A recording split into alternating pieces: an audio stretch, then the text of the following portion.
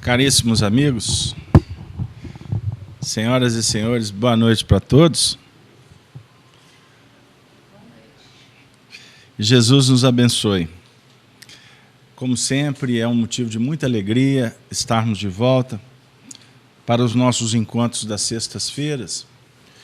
E, inicialmente, a gente dá as boas-vindas para todos, como também a todos os nossos amigos da Rede Amigo Espírita que nos acompanha ao vivo, companheiros da Rede Brasil Espírita de Maceió, que tem a composição com a Rádio Brasil, os nossos amigos da FIAC que nos acompanham dos seus lares, através da transmissão pelo nosso site, todos que estão acompanhando através dos vários portais que retransmitem esses sinais. Boa noite para todos, que possamos ter uma noite pródica de aprendizado, que Jesus possa nos oferecer, portanto, aqueles recursos que todos nós carecemos para caminharmos na direção do progresso, fortalecer os laços de amizade, encontrar também aquelas medicações que necessitamos, enfim, que possamos chegar ao final do trabalho em paz, felizes pela noite produtiva que a espiritualidade, por certo, reserva para nós. Nós fazemos um estudo do Livro dos Espíritos, que é a obra básica da doutrina espírita. Hoje, estamos muito felizes pelo novo desafio, porque conforme nós já falamos com vocês, nós vamos retomar desde a primeira questão do Livro dos Espíritos, porque nós estamos querendo atender a uma demanda que existe de pessoas que pedem que a gente disponibilize os vídeos e os áudios desde a primeira pergunta. E quando nós começamos o estudo aqui na FIAC, porque a história é essa, eu sempre repito para a gente entender o contexto. Nós fizemos o estudo do Livro dos Espíritos por 13 anos, lá na Fraternidade Irmão Verne. Quando nós interrompemos o trabalho lá, nós fundamos a FIAC. Alguns meses depois, abril, quando nós começamos aqui, ou seja, deu um hiato aí de uns 4 meses, aí nós começamos a partir da primeira questão do livro. Só que nós começamos a gravar em áudio e vídeo a partir da questão 160. Não é isso, Gino? Está correto? O Gino é o nosso diretor de assuntos de gravação. Então, o Gino levantou esse dado para a gente e nós, na última semana, chegamos na questão de número 329. Então, nós temos registrado das 160 a 329.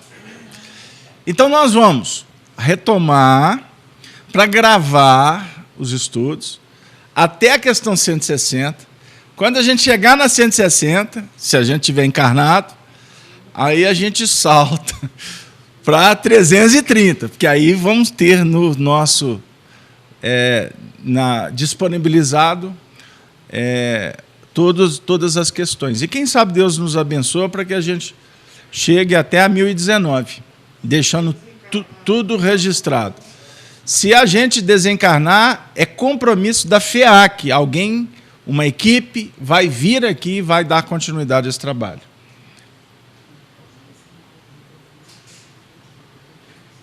Tudo bem. Então, pede o pessoal para acompanhar, porque nós tivemos um problema técnico, mas o Igor vai solucionar lá de outra forma. Bom, então, gente, nós vamos começar do começo. Questão número 1 do Livro dos Espíritos. E, obviamente, que também, só para esclarecer, eu não vou fazer esse esclarecimento mais, nós vamos intensificar um certo ritmo, tá? Não vamos fazer com aquele ritmo costumeiro, vamos tentar acelerar um pouco, porque existe também uma demanda daqueles que estavam acompanhando na questão nas últimas que a gente parou. E a gente fazia uma média de 1, 2, no máximo 3 questões por semana. Então eu vou, para começar hoje, fazer a leitura até da questão de número 10. Vamos lá, eu conto com a ajuda de vocês. Boa noite. Primeira pergunta do Livro dos Espíritos. Antes disso, vocês vieram semana passada? Quem esteve aqui? Nós estávamos na cidade do Rio de Janeiro, nesse horário, fazendo um estudo para um grupo mediúnico do grupo Jesus Gonçalves. E foi convidado o Dorinato Júnior para nos substituir. E aqueles que estavam aqui vão se recordar que o tema que ele abordou foi sobre Deus. Não combinei absolutamente nada com ele. Então ele trouxe, inclusive, alguns aspectos que a gente vai trabalhar aqui hoje. Para vocês verem como que o trabalho espiritual é extraordinário. A gente não tem noção do planejamento. Então vamos lá. Questão primeira. Que é Deus? Não é o que é Deus, não é quem é Deus. É que é Deus.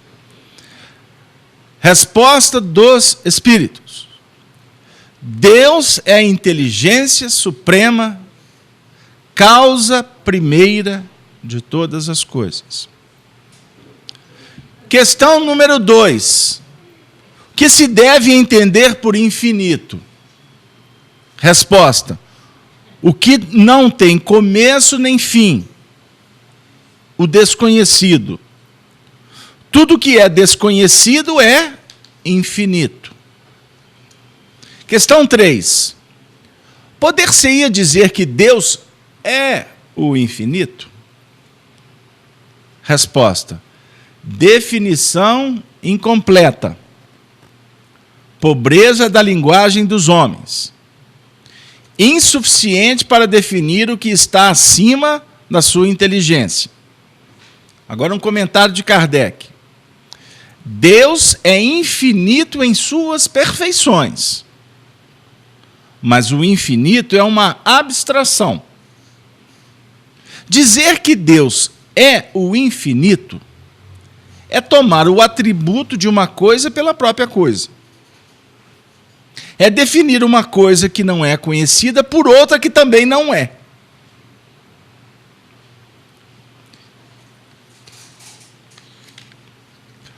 O objetivo da doutrina espírita não é estudar Deus. Não é. O objetivo da doutrina espírita é estudar o Espírito. Porque estudar Deus, como Allan Kardec nos alerta, é entrar num labirinto que a gente vai se enrolar e não vamos conseguir nem saber sair. Porque nos falta elementos. Nos falta recurso para estudar o Criador. Por isso que a pergunta primeira é: o que é Deus? Depois Kardec já entra na questão do infinito. O que é o infinito? O que se deve entender por infinito? É o que não tem princípio nem fim. Portanto, é o desconhecido. Aí mais à frente ele vem tentar associar o infinito com Deus. Isso é para tentar elaborar. Vocês imaginem um educador tentando elaborar questões pertinentes ao que não dominamos. Nós estamos longe de entender. Aí os espíritos, não, espera aí. O infinito é um atributo da própria natureza. Associar o atributo com a causa é uma mistura que não vai ter tanto, não vai auxiliar. Agora é interessante, eu gostaria de, historicamente, trazer um depoimento que veio do mundo espiritual.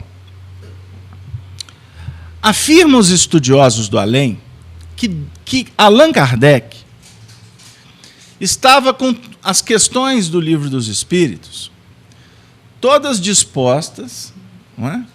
E ele estava no processo de organização dessas perguntas e, portanto, respostas. E ele estava matutando por onde que ele iria começar o Livro dos Espíritos. Pra vocês verem o que passa na cabeça de quem está elaborando um trabalho de tanta envergadura. Eu vou começar por qual assunto? Afirma Humberto de Campos, o espírito, através de Chico Xavier, que ele indagava, buscava em prece auxílio, até que teve um momento que ele estava olhando pelo vitral da janela do seu apartamento, na cidade, na época ele morava em Paris, e ele começou a observar as pessoas caminhando pelas ruas. Começou a ver andarilhos, necessitados, outros que caminhavam a passos largos. E ali ele começou a refletir quanto ao sofrimento do mundo. O sofrimento que campeia no mundo. As pessoas deserdadas, as pessoas abandonadas. Então, naquele momento, ele teve um insight. Que aquela doutrina que ele estava organizando era uma doutrina extremamente consoladora. Então ela teria que se iniciar com o próprio Pai, Criador de todas as coisas. E é muito interessante, esse dado a gente não tem, mas se a gente vai, por exemplo, no livro Gênesis de Moisés, o primeiro versículo trata da criação, do Criador e do próprio Espírito, da própria natureza. Moisés deixou registrado: e disse Deus, haja luz. E a luz foi feita.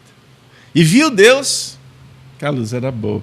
E dividiu a luz das trevas. Olha que interessante. E ali foi todo um processo. O movimento do Espírito em procurar o divino é inato do ser. Inato. A fé, ela não é passada de geração para geração. A religião é. Os ensinamentos são. Mas a parte espiritual é a essência de cada um de nós. Por isso é que, com o passar do tempo, a ideia filosófica ou doutrinária, como queira, de Deus foi se desenvolvendo à medida em que o homem foi crescendo. Então, o homem primitivo tinha em Deus a própria força da natureza. Ou seja, simbolicamente, nos primeiros rudimentos, a fé ela é desenvolvida sobre o impacto do medo. Medo. À medida em que o espírito vai crescendo, ela vai se transformar em fidelidade, em respeito. Não medo, respeito. Amor. Porque nós vamos entendendo com o passar do tempo essa inteligência que só pode ser de um espírito. Algo superior, que criou todas as coisas e deu a elas vida e condições de evoluírem. O universo é perfeito. As leis são extraordinariamente belas. Quanto mais a gente mergulha na natureza para procurar pesquisar e entender, a gente vai ficando cada vez mais admirado. Que não pode ser fruto de um acaso. Como Einstein, nos últimos anos de vida, chegou na brilhante conclusão, ele que foi considerado por muitos o homem mais inteligente, a mente mais brilhante do século XX, chegou na conclusão de que o universo não é fruto de um acaso, porque ele é muito perfeito. Ele é perfeito. Então, se a natureza é um efeito, A força que criou a natureza é perfeita. Não pode ser falha. Então, nós iniciamos dizendo que o objetivo da doutrina espírita não é estudar Deus. O objetivo da doutrina espírita é estudar o Espírito. Por isso que é doutrina dos Espíritos. Aí eu posso analisar sobre dois aspectos. Doutrina dos Espíritos, porque não é doutrina de homens. Porque doutrina de homens a gente já tem uma noção do que seja. Rica de contradições. Dos Espíritos, a definir uma ideia perfeita. E o que é interessante, despersonalizada. Não é de um, não é de dois. É de um grupo. Então aí já começa, já derruba o movimento da vaidade. Começa por aí. Agora, também é a doutrina sua, é a doutrina minha, é a doutrina do Espírito. É a doutrina nossa. Então, o Livro dos Espíritos, quanto mais a gente vai estudando o Livro dos Espíritos, mais a gente vai compreendendo que esse livro, essa doutrina, ela é um tratado que estuda, ou que propõe um estudo, sobre a nossa realidade. Não é nem a do outro, é a nossa. Então, tudo na vida, se você partir desta primeira questão como fundamento, que é Deus, a sua vida pode tomar um outro direcionamento. Você vai partir do princípio que existe uma inteligência suprema e que nós, como criaturas, criadas por essa inteligência, somos também inteligentes. E o que é que nós fazemos da nossa inteligência? Deu aí, minha filha? Como é que o assunto é complexo? E infinito, nós não vamos definir porque é o que não tem princípio e que não tem fim. Mas eu posso associar, inclusive, a questão do infinito com a própria misericórdia de Deus, que é infinita. Ela não tem nem princípio nem fim. Sempre que você bater na porta, a misericórdia vai te atender. O trabalho da evolução do espírito se perde na poeira dos sóis. Portanto, tem assunto, para consolar, tem assunto que você não precisa ter pressa, que você vai ter tempo para resolver. Agora tem outros que é bom dar uma ajustada enquanto é tempo. Mas eu queria falar sobre a questão da evolução. A evolução espiritual é um assunto tão bonito, é uma doutrina tão rica, que nos mostra como que Deus é bondoso em nos oferecer oportunidades. Então, se você não está conseguindo desenvolver um processo agora, e é um sonho que você alimenta, e é uma ideia positiva para a sua alma, aguarde que amanhã você vai conseguir. Ou você está desenvolvendo. Só que o fruto, o resultado, não vai ser colhido agora, porque exige mais esforço, mais tempo, uma série de outros fatores. Então, existe um infinito de possibilidades para você. Bom, e também, no comentário de Kardec, que Deus é infinito em suas perfeições. Ele é infinito nas perfeições. Então, se nós somos imperfeitos, olha como que é consolador. A nossa imperfeição, ela é um sinônimo de um trabalho a ser desenvolvido na direção da perfeição. Por isso que Jesus, de uma forma extremamente elucidativa, poética, incentivadora, define: sede vós perfeito, como perfeito é o vosso Pai celestial. Esse texto é extraordinário. Aí encontrareis a felicidade, sendo perfeito igual a Deus. Aí vem alguém para dizer, mas como, se somos imperfeitos? Aí nós podemos aqui, de uma forma muito rapidinha, deixar todos tranquilos, afirmando que sede perfeito no que é possível ser perfeito. Na hora que for passar a camisa para o maridinho sair, passa com amor, Passa bem. Pode brincar agora, Soninho? Eu estou muito sério hoje. Tem um negócio que passa roupa que chama Passa Bem? Pois é. Agora, se o marido estiver indo para a festa sozinho, continua a passar com muita alegria. Passa bem. Fala para ele, meu bem, seja feliz, que o amor de sua vida vai ficar em casa vibrando. Vai ficar torcendo para tudo dar certo. E é uma festa. Hein? Vocês viram como é que aperta o parafuso? Será que vocês estão prontos para passar bem a roupa do maridinho? Não, o casamento lá tem uma secretária. Ou então ele que se vira. Tudo bem. Mas quem vai ganhar em passar bem é quem passa bem. Deu aí? Hein, Dora? Gostou do exemplo extremamente transcendente para a nossa época? Hein? Ou você acha que é um discurso machista? Um discurso retrógrado? Depende do ponto de vista, né, Gino? Vale para o outro lado também. Não é? O Gino é um político assim, representante de Jesus. Ele já está querendo ficar bem com a ala feminina. Mas eu fiz de propósito. Sabe por quê? Porque as mulheres têm uma desenvoltura mais espiritualizada. Gostaram? Melhorou para o lado de vocês? Não, né? Já fiz a lambança, não vai ter jeito de consertar. O que a gente está fazendo na vida, o que nós estamos sendo convidados para operar, nós temos que buscar a perfeição. Dá. Você tem que apertar o parafuso, aperta direitinho. Você não vai varrer uma sujeira e colocar a sujeira debaixo do tapete. O tapete vai ficando, né? Então você tem que realmente varrer e varrer bem. Mas não é varrer por varrer. Varra bem.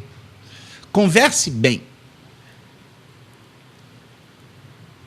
Traga um movimento que possa trazer luz. Deu aí, gente? Eu gosto de falar de alguns exemplos simples, porque se a gente for no campo mais sofisticado, a gente acaba não compreendendo o que é mais importante. Tudo que você vai fazer, procura fazer direitinho. Quem vai ganhar é você.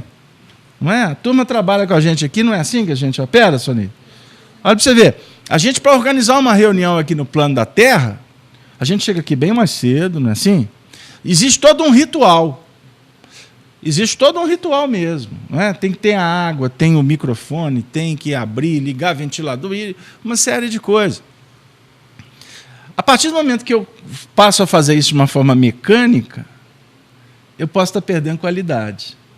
Você está na rotina, mas na rotina você é convidado para fazer algo mais. A rotina, no processo do aprendizado, é para fixar. Fixar conteúdo. Disciplinar a mente. Trabalhar sentimento, emoção. Mas, na rotina, você pode transcender.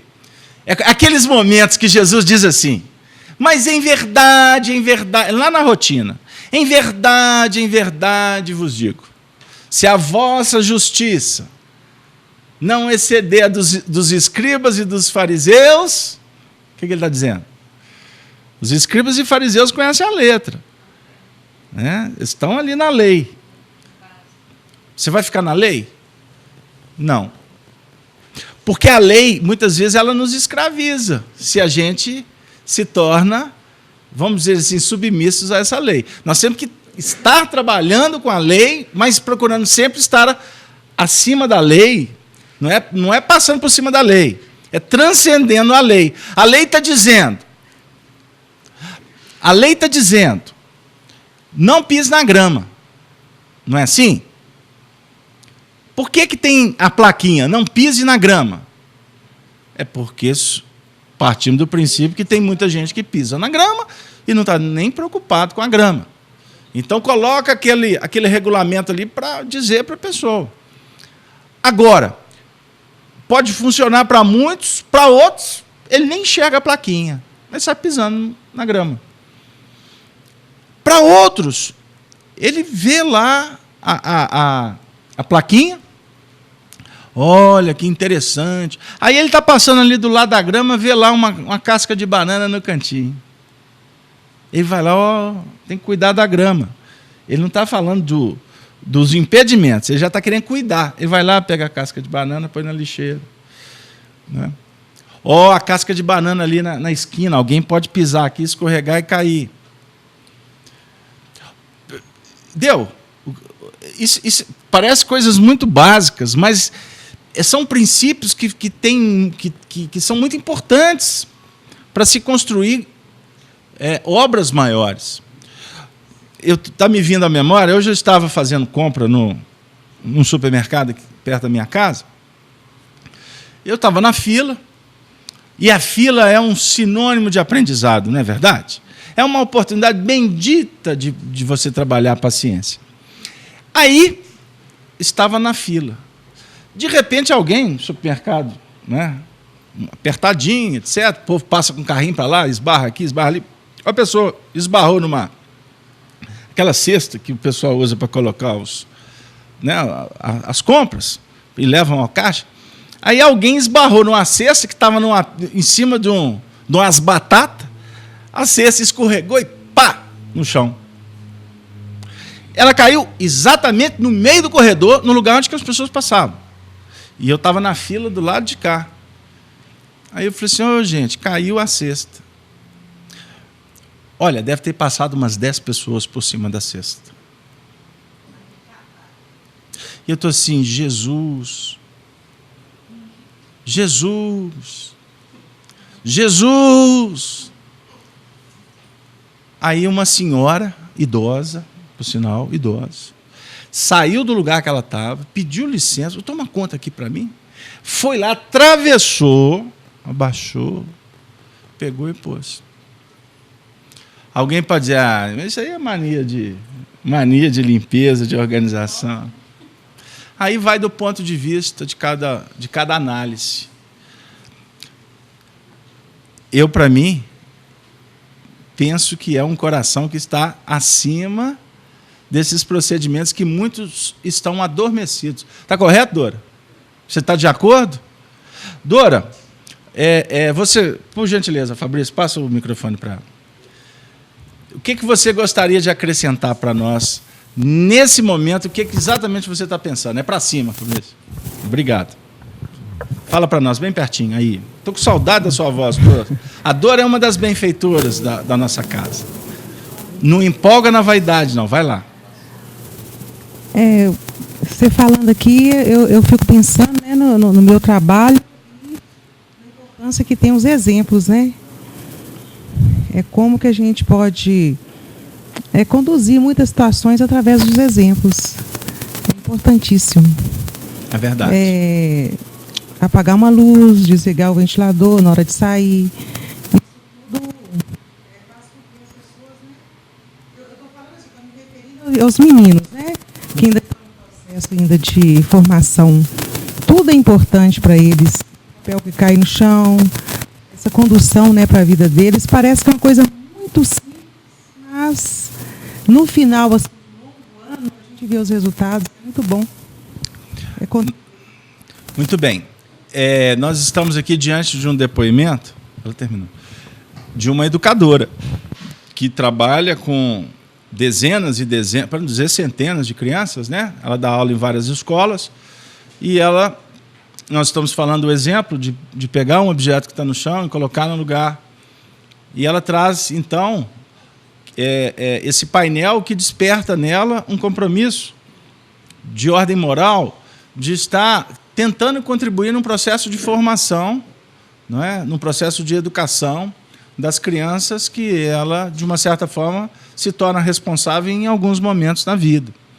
Vocês já imaginaram se a gente investe num processo desse com mais cuidado, com mais atenção, com mais carinho, com mais paciência com as nossas crianças, com os nossos jovens?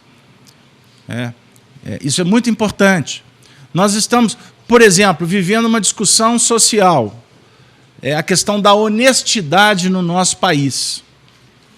Processo de honestidade, processo de justiça, isso tudo, esses mecanismos eles são desenvolvidos dentro das casas, dos lares, não é? Nas escolas. A gente tem que que trabalhar para mudar esse painel. Eu escutava hoje uma entrevista de uma pessoa famosa que disse assim: pô, mas aqui tudo no Brasil, a nossa tendência é julgar que existe desonestidade.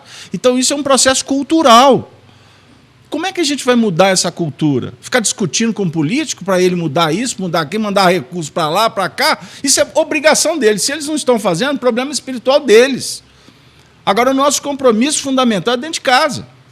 A família, os espíritos estão falando isso para nós o tempo todo. Todo evento que eu vou, os espíritos estão encerrando, ou durante o evento, falando a mesma coisa. O que vai renovar a sociedade é a família. Que o materialismo fez de tudo para destruir. Mas não destrói porque ela é divina. Ela pode estar esfacelada. Ela pode estar esfacelada porque todo mundo abandonou a família para cuidar dos seus interesses, das suas projeções no mundo. Então tá. Então o preço é alto, porque a criminalidade, as dificuldades, os processos lá fora de corrupção, desonestidade, etc., etc., é fruto desse mecanismo. Então nós temos que voltar os nossos olhos para investir mesmo. Agora, eu usei uma palavra que chama muita atenção dos educadores.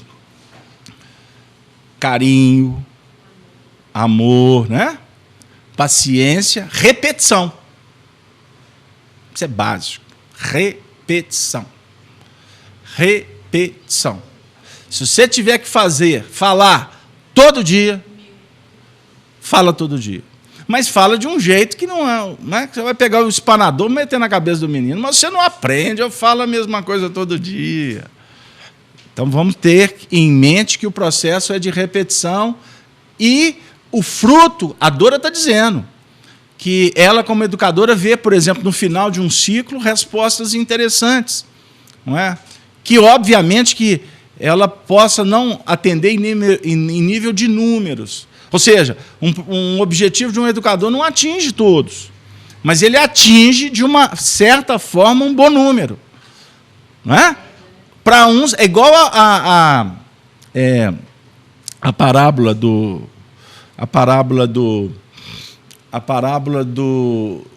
senhor assalariando. Não é? Nós trabalhamos aqui quarta-feira, né? Parábola da vinha. O ordenado é para todos, né? O trabalho é realizado por todos. Agora, cada um vai dar resposta de uma forma diferente, porque foi chamado para o trabalho de uma maneira diferente. Agora, o Senhor vai, com certeza, remunerar a todos. E, na realidade, a remuneração, isso é tudo... A ideia é simbólica, né? Deus não remunera ninguém. A ideia é, de acordo com o investimento que você faz no seu trabalho, você vai conquistar. Lembra que eu gosto muito desse símbolo da mulher passar a roupa para o marido ir na festa. Eu, em Curitiba, depois de um evento, eu não esqueço disso, olha, reuniram umas 20 da ala feminina para falar comigo que discordaram. Aí eu falei assim, atingiu o objetivo, porque elas discordaram. Porque quando aceita, não vale. O negócio é quando discorda. Aí eu falei assim, mas vocês não entenderam o que eu falei. Vocês estão sensíveis para fazer algo mais.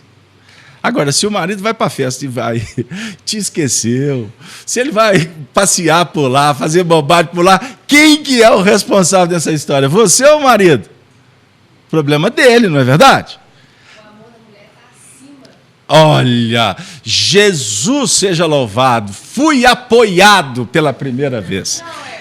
Como é que é seu nome? Isso tem que ficar registrado, Luana, nos anais da FIAC. Se ela passar a roupa para ir para a festa, o amor está muito mais acima do que o simples fato dele sair e deixar. Olha, e quem ama vai ficar tomando conta, aprisionando, metendo coleira.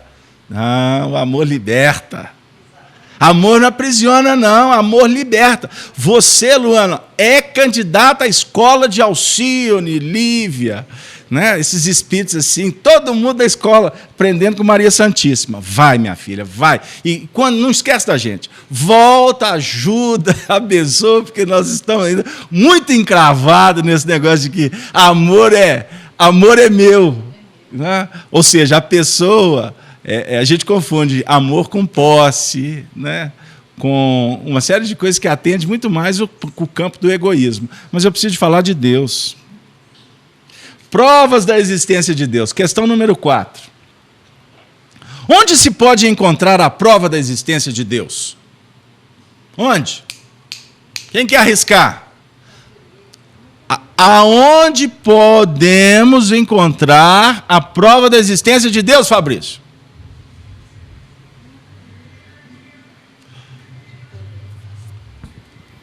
Eu acho que em todas as coisas, principalmente no ser humano, né? O ser humano é uma prova da existência de Deus. Eu não sei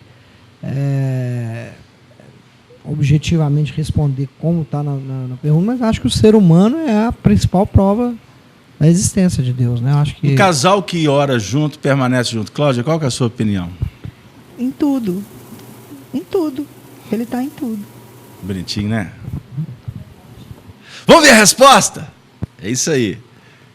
Num axioma, isso é uma das respostas que eu mais me empolgo no Livro dos Espíritos. Num axioma que aplicais às vossas ciências, não há efeito sem causa.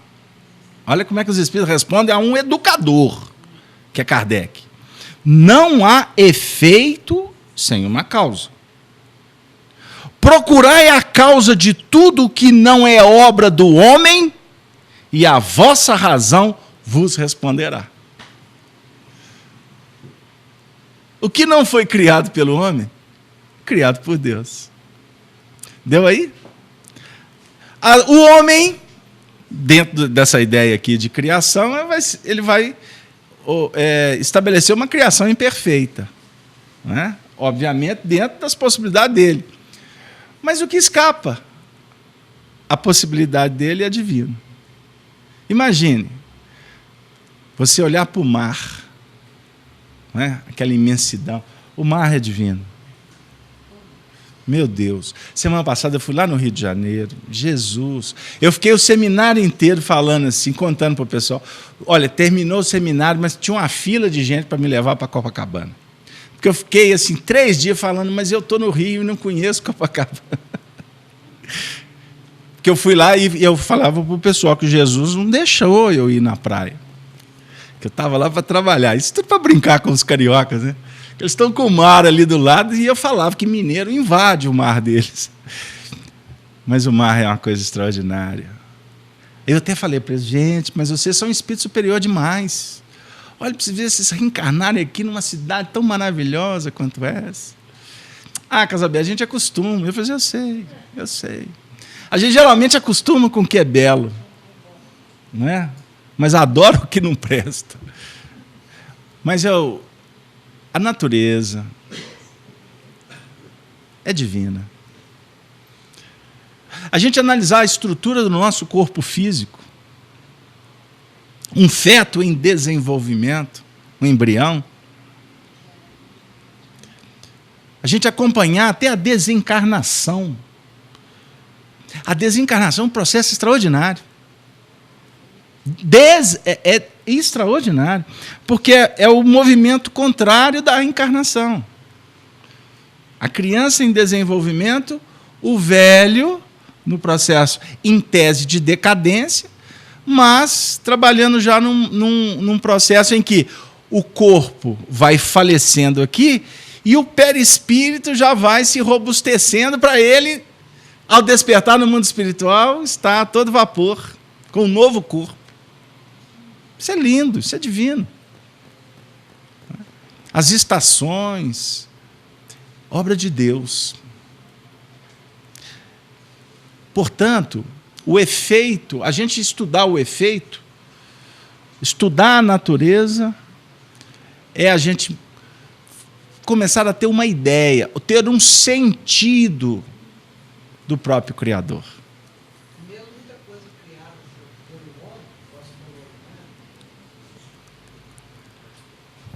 Tudo que não é obra, tudo que não é obra do homem é obra de Deus, né?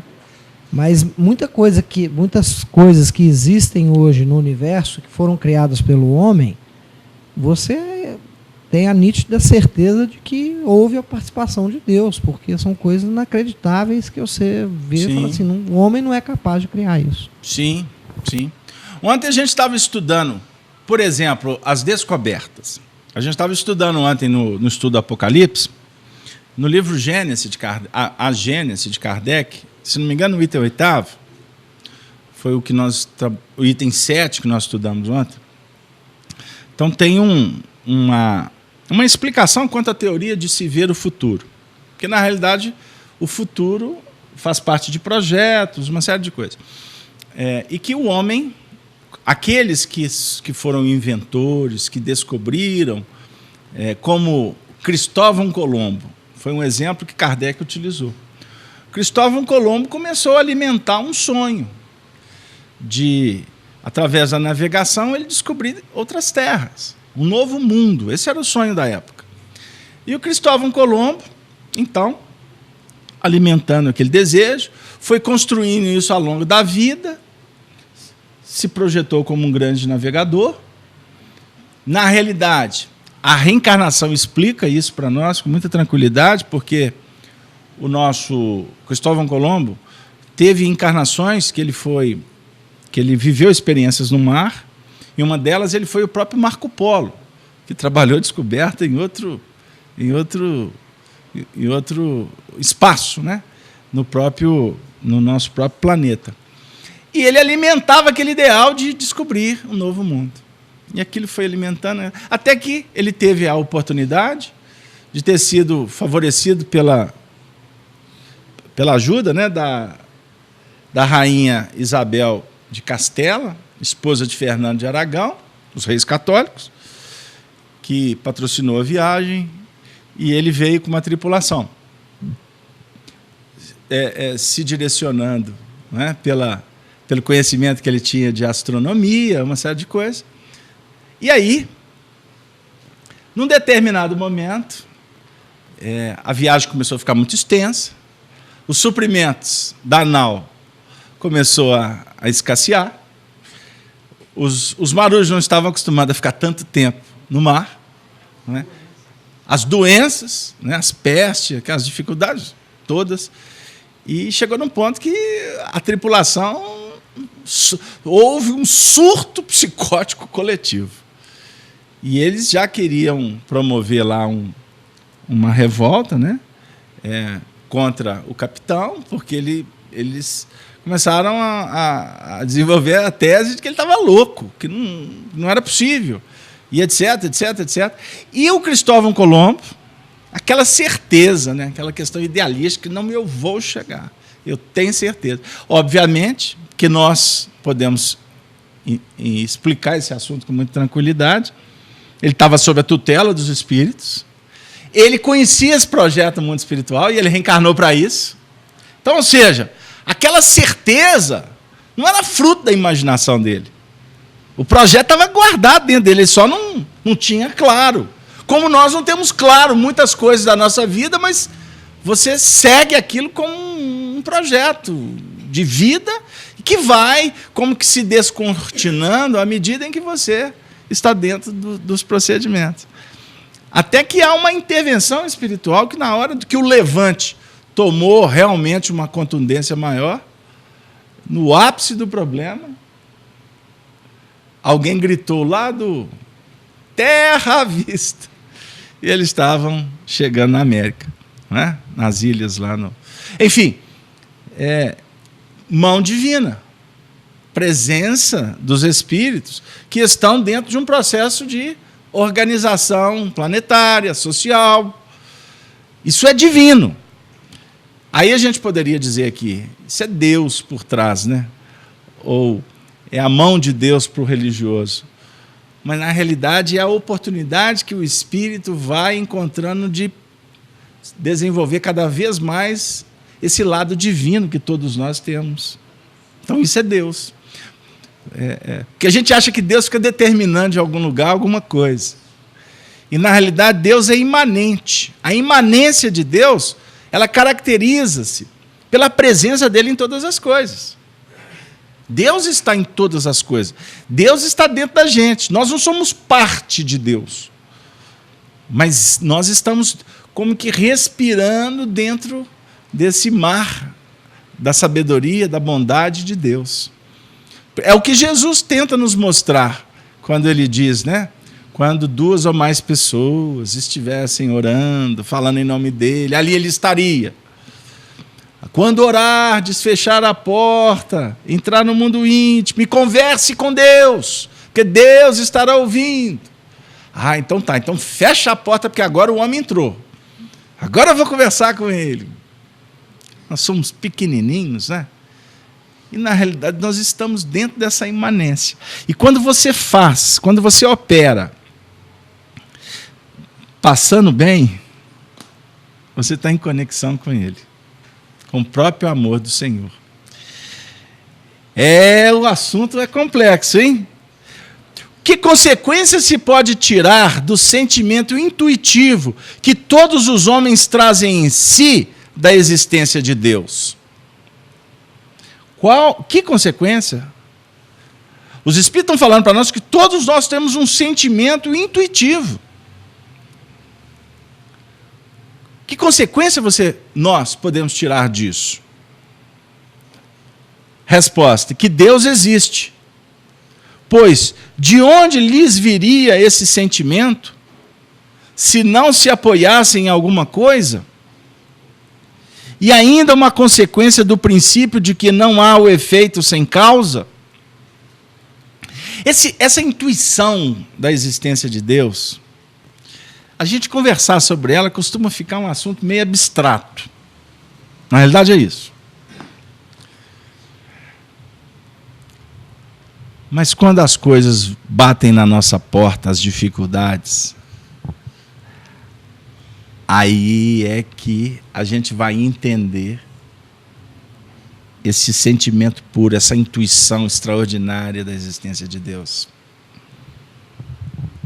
Costuma ser naqueles momentos mais complicados. Afirmam os espíritos que, por exemplo, no momento do perigo,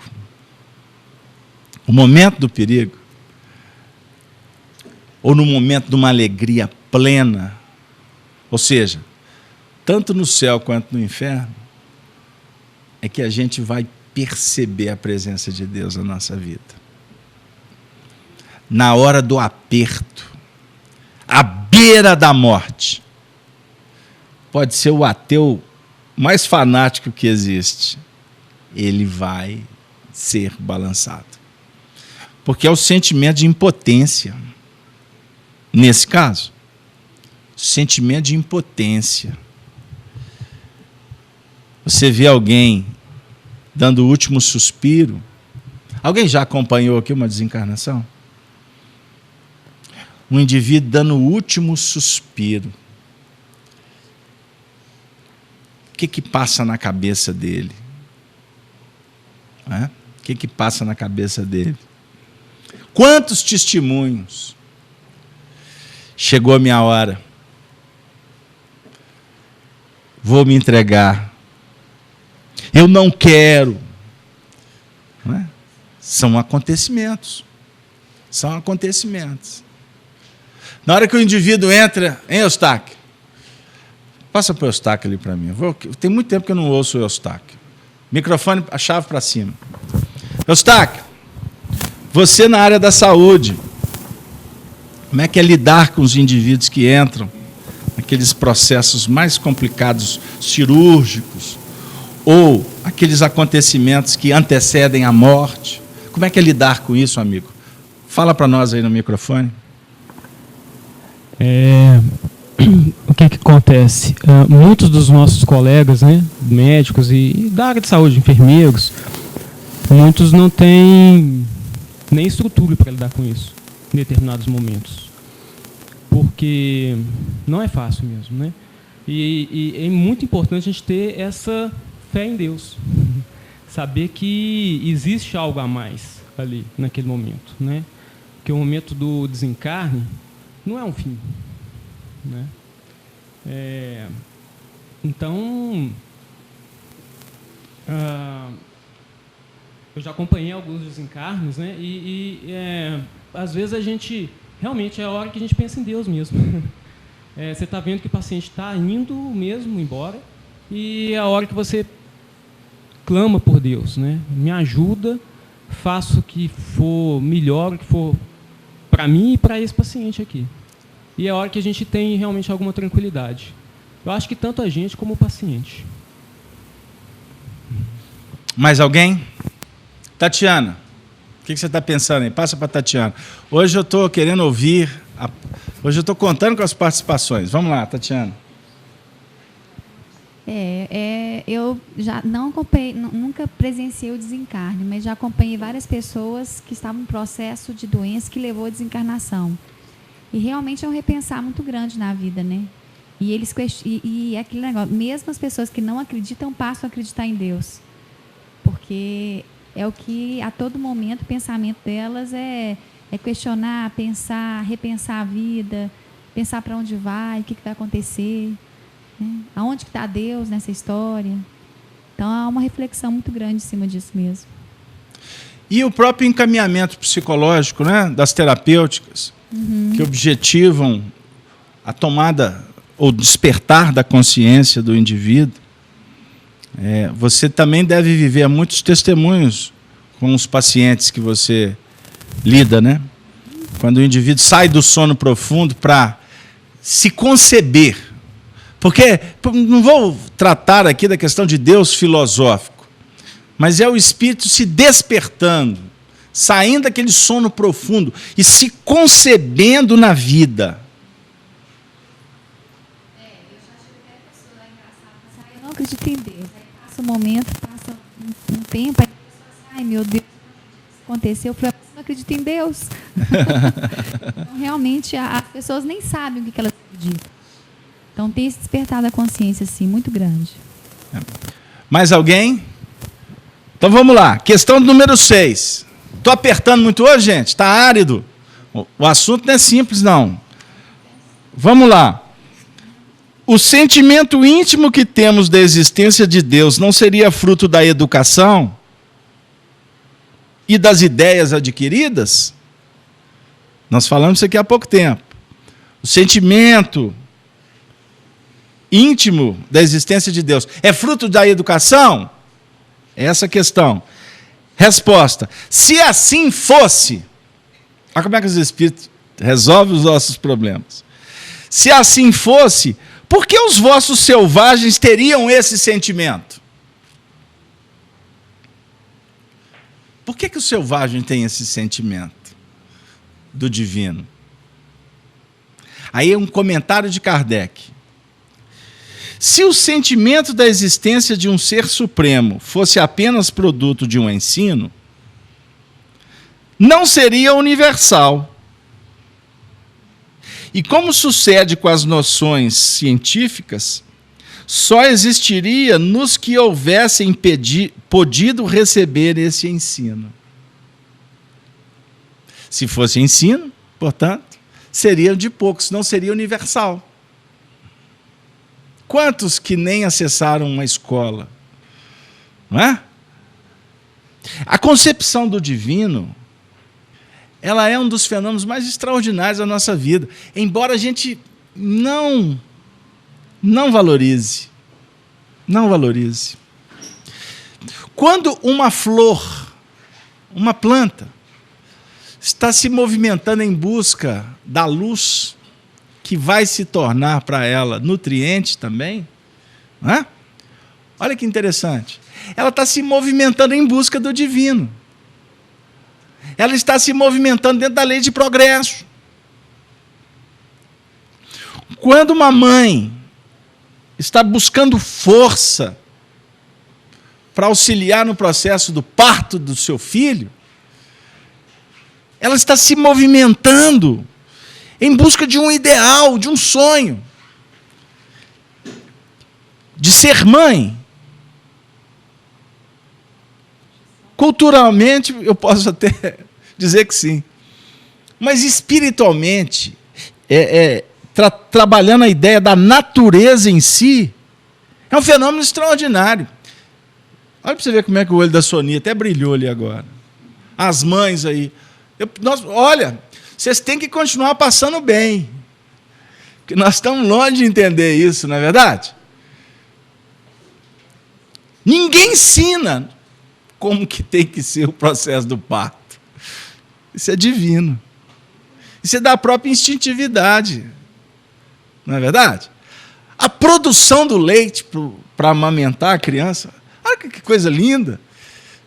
Então, assim, a gente faz um mergulho dentro do nosso universo humano, né? Dentro do que é, para nós, mais do que conhecido, hoje, com a ciência, nos auxiliando cada vez mais nos detalhes. Não é? Hoje, a ciência caminhando muito mais para os campos profiláticos, não é? Para a gente chegar numa realidade de um outro tipo de vida no grande futuro, que para nós ainda costuma ser uma coisa assim, até meio surrealista. Mas lá no futuro a gente não vai ter, por exemplo, determinadas doenças que são necessárias hoje para nos despertar. Só um minutinho. O Fabrício vai passar para a senhora fala bem pertinho, porque tem uma senhora que está em casa que gostaria de ouvir sua voz. Pode falar. É o seguinte, o parto normal é a coisa mais linda do mundo, porque a mulher cria uma força tão extraordinária. Eu já tive filho, parto normal, com parteira, mas é maravilhoso. Você sente a presença de Nossa Senhora te cobrindo com manto. É uma coisa maravilhosa. Eu tenho esse testemunho para dar. Eu teve 3 filhos, parto normal, sem sequer uma anestesia. Jesus toma conta. Me derrubou. Olha, todos os planos filosóficos foram por água abaixo. Aqui agora. Um depoimento de uma mãe que, além de ter falado da experiência pessoal no que remonta ao viver o processo parturiente aí, está correto? Tem que conversar com a turma, porque se falar qualquer coisa, vai para a prescrição lá. Mas também a parte sensível do mecanismo. Estava ali sentindo a presença, um apoio que... Como é que é o nome da senhora? Pronto. Acabou. O nome dela ainda é Maria do Amparo. Como é que não vai estar amparada? E tinha que estar amparada por quem? Maria Santíssima. Só para brincar com a senhora, porque daqui a pouco está todo mundo chorando aqui. É Maria do Amparo. Ela sente a presença dos benfeitores espirituais ali, dos médicos do além. E eu não estou... Pelo amor de Deus, sobre as bênçãos de Maria. Mas são técnicos, existem procedimentos, existem terapeutas, existem psicólogos, existem cirurgiões, existem anestesistas. Aí ela disse, não teve anestesia, não teve uma série de procedimentos. E ela buscou força. Eu estou até com... A senhora me perdoa, mas é minha obrigação, eu tenho que explicar para essa turma ali, mas eu prefiro o que a senhora falou. Mas tinha anestesista, só que a senhora não enxergou. Porque as bênçãos de Maria colocou ali do lado espíritos técnicos em asepsia. E era muitos, graças a Deus. Se não fosse assim, a gente não estaria hoje. Eu fico preocupado com os do futuro.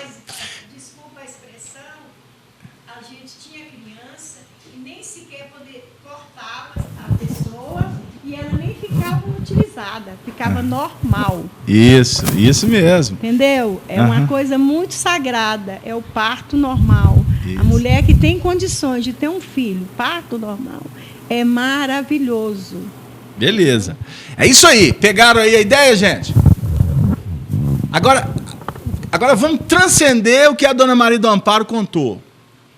E aqueles partos, que alguns normais, eu acho que tem que ser normal. Viu, Eustáquio, você me corrija aí. Que são feitos, a criança já nascendo num tanque com água, com uma piscina com água. Não é? Você já filmou? Não é? Olha, para você ver aí, a criança desembola ali como um peixinho. Jesus amado, que coisa maravilhosa. as Índias. Olha para você ver, tá vendo como é que é um estudo participativo? A gente vai lá para o mundo superior. Porque todos nós temos experiências para falar. Porque trabalhar a ideia de Deus, a gente tem que trabalhar com sentimento, porque filosoficamente o assunto aqui não vai render. Não vai render. São esses movimentos da vida que nos mostram a presença do Senhor nos amparando, nos ajudando, para que a gente vá encontrando forças e entendimento para nos desenvolver nas diversas lições do caminho. É isso aí.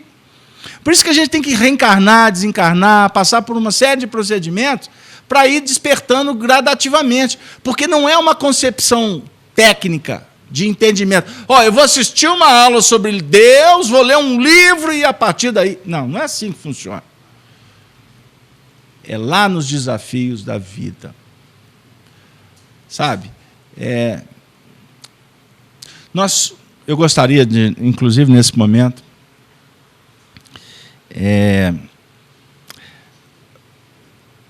falar de uma pessoa muito especial para nós. Um companheiro que sentou aqui nessas cadeiras aqui por muitas vezes. Vinha, quando em Belo Horizonte, não perdia a reunião aqui. Se tornou uma figura até emblemática, uma figurinha, né? Vamos falar assim, uma figurinha do nosso trabalho.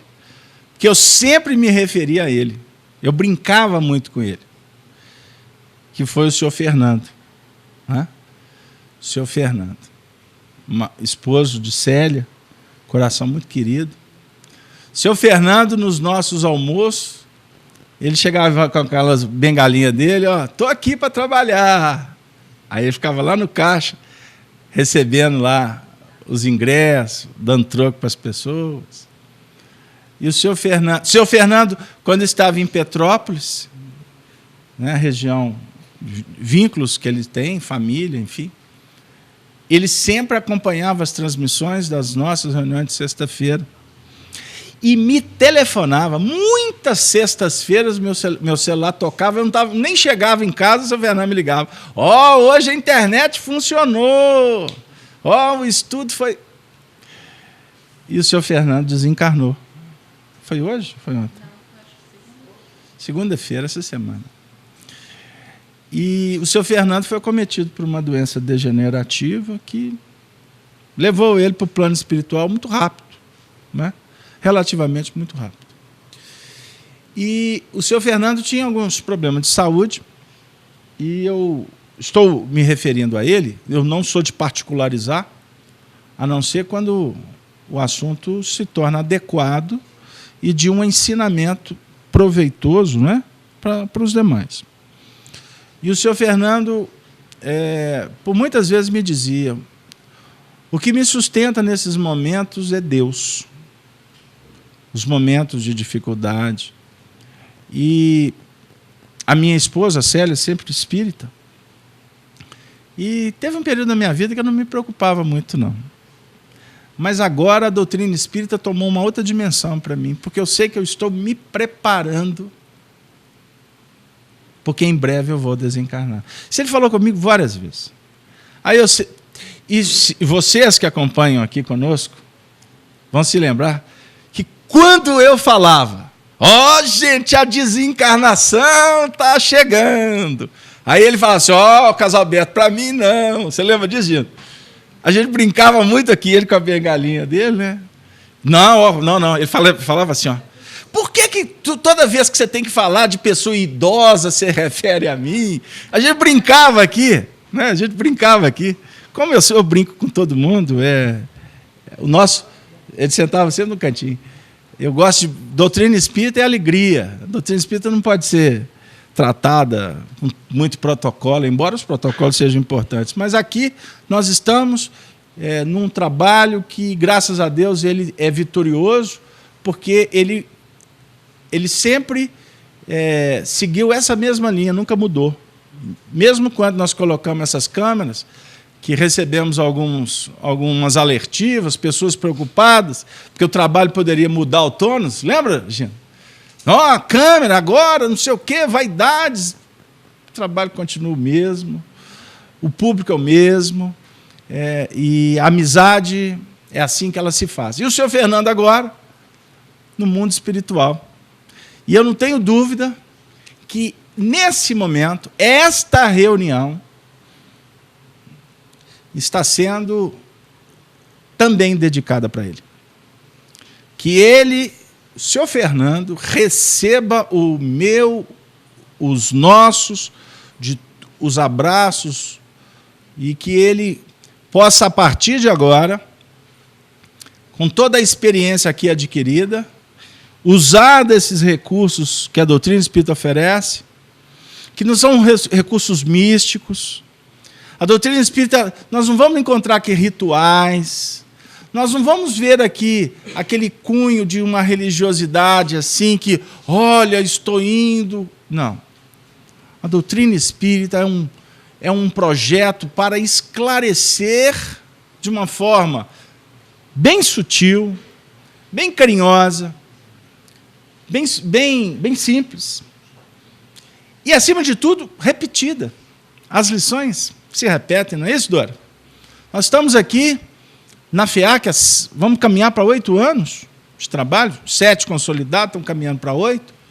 Uma casa que foi fundada também por incentivo, por inspiração de um grande companheiro que está no mundo espiritual e que é muito presente aqui nessa casa.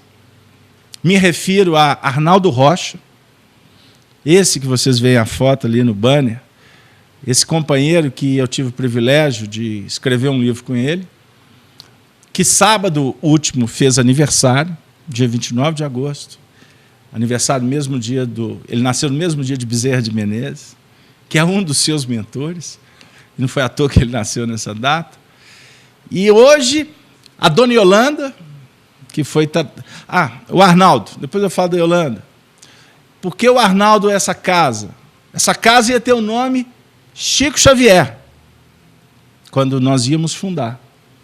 E eu cheguei para o Arnaldo, Arnaldo, o que você acha? Ele brincou comigo, dizendo, você não aprendeu, foi nada de doutrina espírita comigo. Eu falei assim, mas por que, Arnaldo? Chico Xavier. Olha, Arnaldo foi um dos maiores amigos do Chico, amigo mesmo. Aí eu pensei, ele está certo. Aí escolhemos Allan Kardec. Aí quando eu cheguei para o Arnaldo e falei assim, olha, mudei de ideia, vai ser Kardec, o que você acha? Ele não fica vaidoso, não, porque não foi você que escolheu esse nome, não. Isso é Chico Xavier que me devia. Aí ele foi me contar uma outra história. A dona Yolanda, que ajudou a fundar essa casa.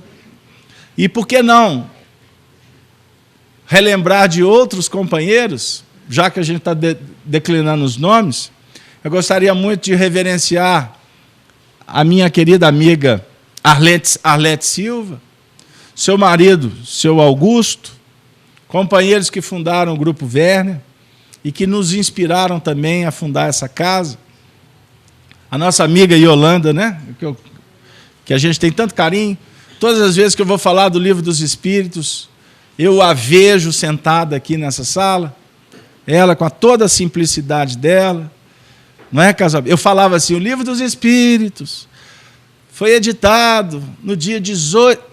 Toda vez que eu falava isso, no dia 18 de abril, ela repetia, eu via ela repetindo com a boca dela, 18 de abril de 1857. Eu falava aqui, ela repetia lá. Né?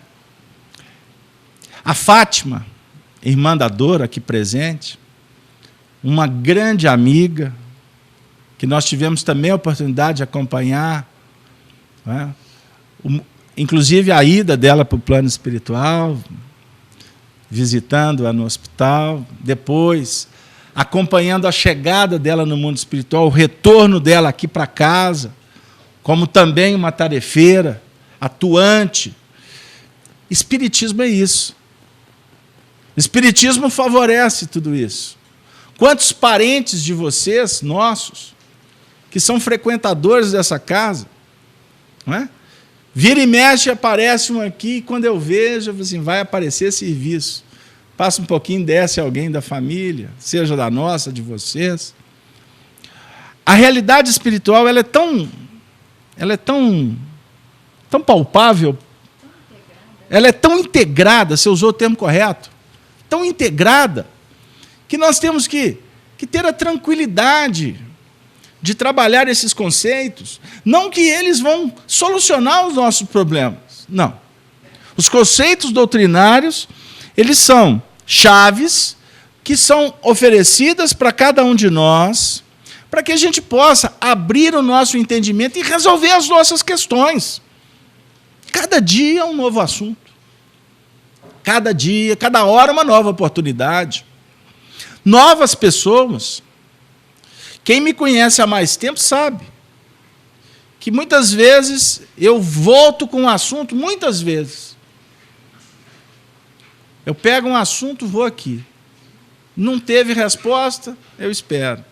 Amanhã eu volto. Se tiver resposta, eu vou, igual papagaio. Vai dando linha. Não pode, recolhe. Amanhã volta. Porque você não pode ter pressa. Não foi assim que os nossos pais cuidaram da gente quando a gente era pequeno? Quantas vezes o mesmo ensinamento era repetido, repetido, repetido, repetido, repetido, e continua repetindo, só que hoje com outras bases, com outras informações, com outro nível de maturidade, com uma outra condição de respostas. Agora, é tão complexo, Soni. A gente vê também pessoas desencarnando completamente sem rumo, minha filha. Sem Deus no coração. Porque caminham na vida sem Deus. Caminham na vida sem se preocuparem que existe alguma coisa daqui a pouco. A vida passa tão rápido. Nós temos os momentos de trabalho, os momentos de reflexão, os momentos de tristeza, temos os momentos de alegria que ninguém pode abrir mão. Precisamos de espairecer, de viajar, de conhecer pessoas, de brincar, com responsabilidade, mas todos nós temos esses direitos. Mas nós não podemos nos descuidar daquela análise de que amanhã seremos nós. Seremos nós que vamos estar num leito. A mamãe Maria do Amparo, relembrando um momento de vida, de um parto. A vida é um parto. Todos os ciclos que nós vamos fechando para abrir outro, é como se fosse um parto. A gente não sai de um ciclo sem viver experiências que possam marcar para entrar numa outra etapa. Por isso que Jesus ora. Nós temos 2 momentos de oração do Evangelho, assim, bem clássico, por parte de Jesus. Quando ele nos ensina o Pai Nosso, lá no capítulo 5, em diante de Mateus, mas a oração que me comove, a oração que mexe com a minha intimidade, é a oração final de Jesus, quando esteve conosco. Ele, diante dos discípulos, na ceia, ele faz uma oração para Deus, pedindo pelos discípulos e pedindo pela humanidade. E é uma oração tão especial que eu gostaria muito de ler toda, mas não é possível no tempo. Mas no final dela ele diz assim, ele vai falar, resumidamente, com o Senhor, que ele veio ao mundo para dar testemunho, a verdade. Ele trabalhou sempre em nome de Deus e nunca trabalhou em nome dele. A definir um processo de despertamento, ou melhor, de desprendimento total. Porque amor é desprendimento, amigo. Amor é entrega. Eu demorei, eu acho que talvez uns 30 anos de espiritismo para que eu pudesse valorizar uma palavra. E eu escutei essa palavra, talvez há um mês atrás, aqui na FIAC, quando eu atendi um coração muito querido que eu não via há muitos anos. E essa pessoa disse assim para mim, sobre a beleza do que vem a ser entrega. E como a entrega verdadeira, ela repercute. Ela tem um poder de repercussão extraordinário. E aqueles que você até julga que não estão nem aí, costumam estar sobre esse impacto de uma entrega. Então, amor é entrega, como o parto é uma entrega. Mediunidade é entrega. Agora, para que haja entrega, tem que haver amor. Porque a entrega, ela não tem... Você não mensura, você não cobra. Ah, eu vou entregar. Não, ela surge. É espontâneo, natural. O filho passando por um problema, o pai toma a notícia e não pensa outra coisa a não ser tentar atender o filho. Não é assim? Imagine Deus conosco. Quando você suplica, o recurso chega na hora. Chega na hora. Chega na hora. Eu conversava com um amigo no Rio de Janeiro. Estava chegando no Rio, ele muito sensibilizado, começou a me falar sobre a fé. Aí ele veio me contar um episódio que aconteceu com um filho que marcou a vida dele para sempre. O menino começou a sentir dor. Ele levou em 3 hospitais, ninguém podia atender. Ele falou que na hora ele fechou os olhos, ele estava tão desesperado que ele... A única coisa que ele se lembrou foi do Dr. Bezerra. Que ele ouviu falar que era médico. Não tinha muita sintonia com o Dr. Bezerra, não. Era espírita, mais ou menos. Era espírita de levar a esposa para assistir a reunião, porque não podia deixar sozinho. Depois ele que se tornou o espírita mesmo. E ele, nessa hora, ele lembrou do Dr. Bezerra. Mas ele me contou que ele fez uma prece tão desesperado. Ele pediu tanta ajuda para o Dr. Bezerra. E aí ele falou que à medida que ele foi pedindo, que ele foi... Ele falou que é como se ele começasse a se sentir meio como que anestesiado. E ele escutou literalmente uma voz dizendo: acalma, assim você não vai resolver o problema do seu filho. Ele escutou isso. Aí ele falou assim, que na hora, tudo muito rápido, depois é que ele foi decodificar o processo com calma. Né? Aí ele até escreve um livro. Aí ele falou assim, é mesmo, ele deu razão, eu tenho que ficar calmo. Aí ele começou a trabalhar para ficar calmo. Ah, então vou procurar um outro hospital. Botou o menino dentro do carro. Aí ele falou assim, então, eu já estou calmo, para onde que eu levo o meu filho? Ele falou que viu a fachada de um dos hospitais lá no Rio. E ele falou assim, quem sabe lá eu posso achar recurso. Pegou o carro, na direção. Ele falou que, por incrível que pareça, nenhum sinal fechado. E o trânsito fluindo, e era hora complicada, mas tudo dando certinho. Aí ele falou assim, graças a Deus, pelo menos o trânsito. Vamos ver se eu vou ser atendido. Na hora que ele chegou no hospital, alguém disse, não, é por ali, tem que pegar o elevador. Resumindo a história, que ela é longa, né? Quando ele entrou no elevador, o menino dele, quase agachado de dor, próximo andar, entrou um médico. Um senhor mais idoso. Quando viu, a porta fechou. O que é isso aí? Não, o meu filho está assim, assim, assim, assim. Aí o médico olhou, ele, né, detalhou algumas coisas. Ele disse, não, para aí. Você vai descer aqui no 4º andar, você vai na ala tal, vai procurar fulano de tal, vai falar que eu mandei, meu nome é fulano de tal. Era o dono do hospital. Meu nome é isso, mas pode ficar tranquilo que nós vamos resolver o problema do seu filho assim. Aí aconteceu o fato. Depois de tudo resolvido, a calma. Aí veio a conclusão da história. Quem mandou o senhor aqui? Não, foi o dono do hospital, de nome tal. Eu disse, é? Pois é, mas ele já morreu. Ele já morreu há muito tempo.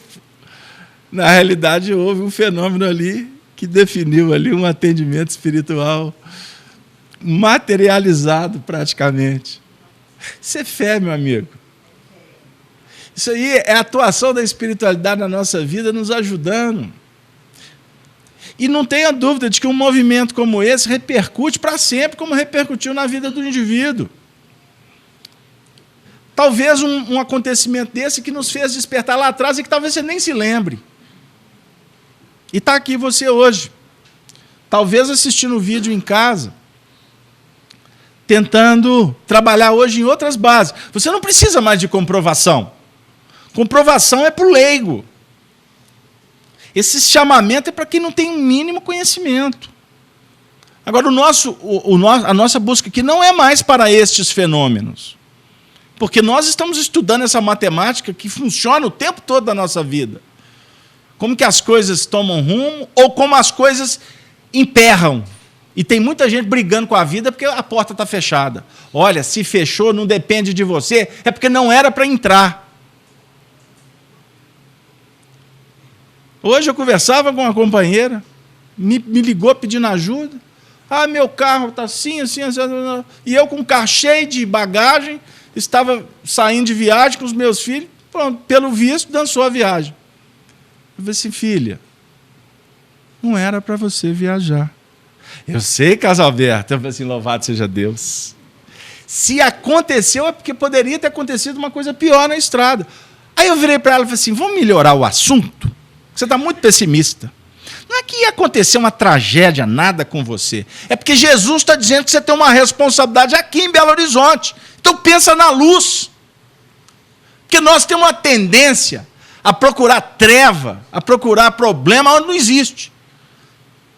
Tá, se aconteceu, é porque tem um sinal. Quem sabe, até por merecimento seu, poderia estar acontecendo um acidente e você foi protegido, você foi retirada do processo. Mas não leva só pelo lado negativo, não. Você foi levado para um outro departamento porque tem um serviço diferente para você lá. Você tem competência para isso. Portanto, se você hoje está naquela família, lidando com aquelas pessoas, ou naquele trabalho, ou na casa espírita, seja onde for, o que está acontecendo conosco agora é para o nosso bem, é para o nosso crescimento. Ai, meu Deus. Então, Jesus e os discípulos, ele diz assim, na oração. Capítulo 17 de João, tá, gente? Versículo 24.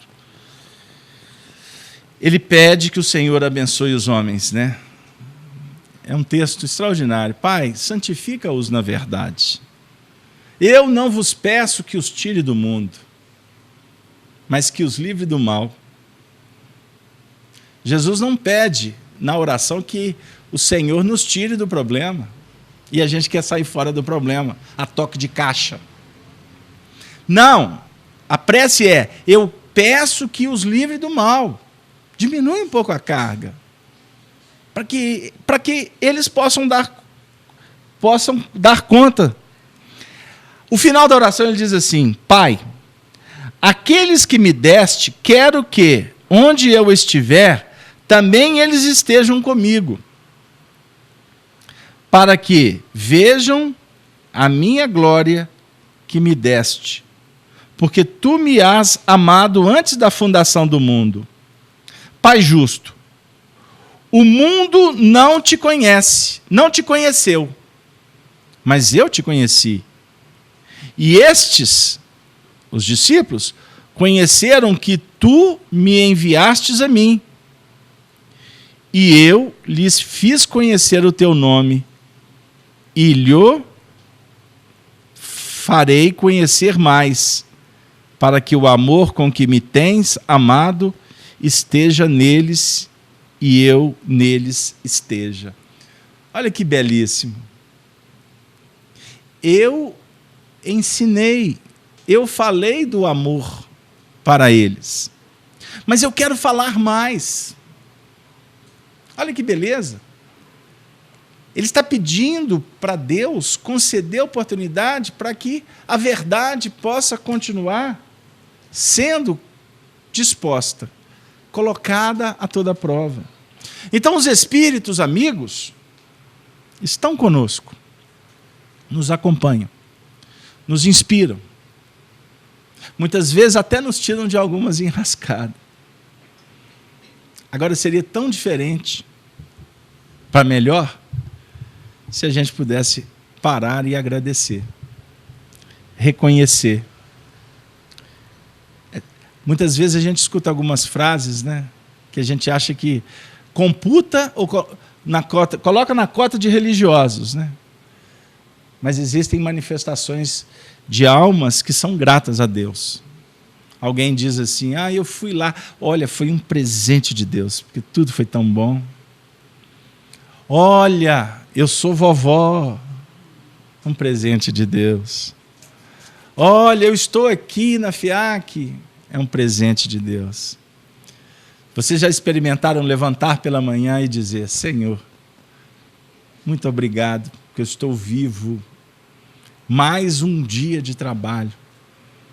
Ou encerrar um ciclo de um dia dizendo: Senhor, muito obrigado por tantas coisas que Tu nos brindou, não é?